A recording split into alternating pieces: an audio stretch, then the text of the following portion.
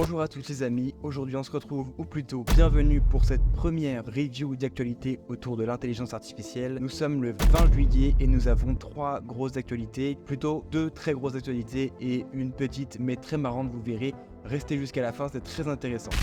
On n'a pas le temps de tergiverser aujourd'hui. Première actualité, tout d'abord j'aimerais vous recontextualiser un petit peu. On a tous été un peu déçus lors de la dernière conférence d'Apple lorsqu'ils nous ont présenté les dernières mises à jour d'iOS. On les attendait tous au tournant qu'il se positionne sur le marché de l'intelligence artificielle parce qu'il a connu un gros boom ces derniers temps. On attendait tous un super Siri GPT, un peu comme Jarvis dans Iron Man, un sorte de super assistant virtuel. Mais on n'a rien eu de tout ça, la seule chose qu'on a eu c'est les améliorations sur la capacité de corriger des textes. Tout le monde a été un peu déçu, ils n'ont pas prononcé intelligence artificielle une seule fois. Mais l'actualité du jour nous rapproche un peu plus de ce rêve. Apple développe discrètement des produits basés sur l'intelligence artificielle pour produire des grands modèles de langage. On a déjà le nom de une de leurs technos, ça s'appelle Ajax, et c'est déjà utilisé pour créer des chatbots par Apple, que certains ingénieurs appelleraient même Apple GPT. Donc vous êtes très contents, sauf que Apple a annoncé qu'il ne développerait pas cette technologie pour le grand public. Ils n'ont pas l'intention de le rendre accessible aux consommateurs, donc vous risquez d'attendre pour votre Apple GPT. Mais j'ai quand même une bonne nouvelle, en fait Apple a un pôle IA au sein de leur équipe et ils se divisent en plusieurs projets, et un de leurs projets principaux,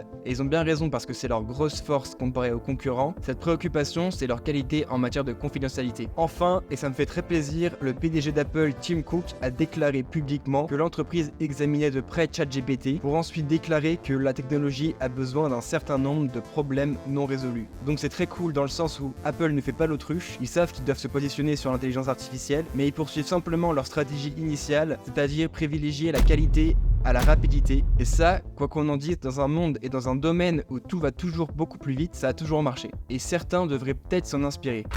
Deuxième news, rapide mais qui va faire plaisir à beaucoup de monde, OpenAI a annoncé que dès la semaine prochaine, la limite de GPT-4, qui était de 25 toutes les 3 heures, passera à 50 toutes les 3 heures. Donc ils l'ont tout simplement doublé, c'est génial, je pense que tout le monde est très content de l'apprendre.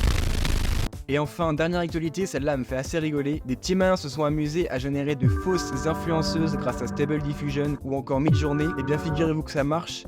Et ces influenceuses ont beaucoup plus d'abonnés que toi et tous tes amis réunis. On va prendre l'exemple de Mila Sofia, une Finlandaise qui habite à Helsinki, qui a accumulé des dizaines de milliers de followers sur Instagram, TikTok ou Twitter. Alors elle poste des photos d'elle, en petite tenue ou en vacances, et ça apporte des milliers de commentaires et de likes. Alors c'est pas de l'arnaque ou de la manipulation, puisqu'elle le dit elle-même dans ses posts, comme par exemple là où elle dit « Je suis une création de l'IA ». Mais ça va carrément plus loin qu'Instagram. Elle a un site personnel avec un CV où elle prétend avoir été mannequin et influenceuse de mode virtuelle pour les marques. Mais les gars, c'est pas la seule, il suffit de faire une petite recherche sur Twitter pour qu'on tombe sur des dizaines d'influenceuses similaires. Alors forcément, ça soulève des questionnements comme est-ce que le mec qui suit ces comptes-là sait qu'elles ne sont pas réelles? Si oui, est-ce que ces mecs sont attirés par des dessins? Imaginez juste le jour où on pourra générer des vidéos réalistes. Parce que oui, on va y arriver et beaucoup plus rapidement que vous le pensez. Est-ce que tout le manque d'attention des hommes sera comblé 100% par du virtuel? Ça vous les porte à des possibilités infinies, et si on combine ça avec le Vision Pro d'Apple qui a été annoncé récemment, on se rapproche rapidement de la dystopie un peu bizarre. Mais bon,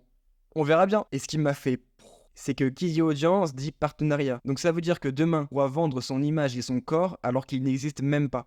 En tout cas, pour ceux qui me regardent, restez concentrés, ne cédez pas à ces bêtises, vous êtes plus fort que ça les gars. Et voilà, c'est ce qui conclut cette vidéo, j'espère que ça vous a plu, j'espère que ces 3 actualités étaient très intéressantes. On se retrouve demain, j'espère, je vous fais plein de bisous.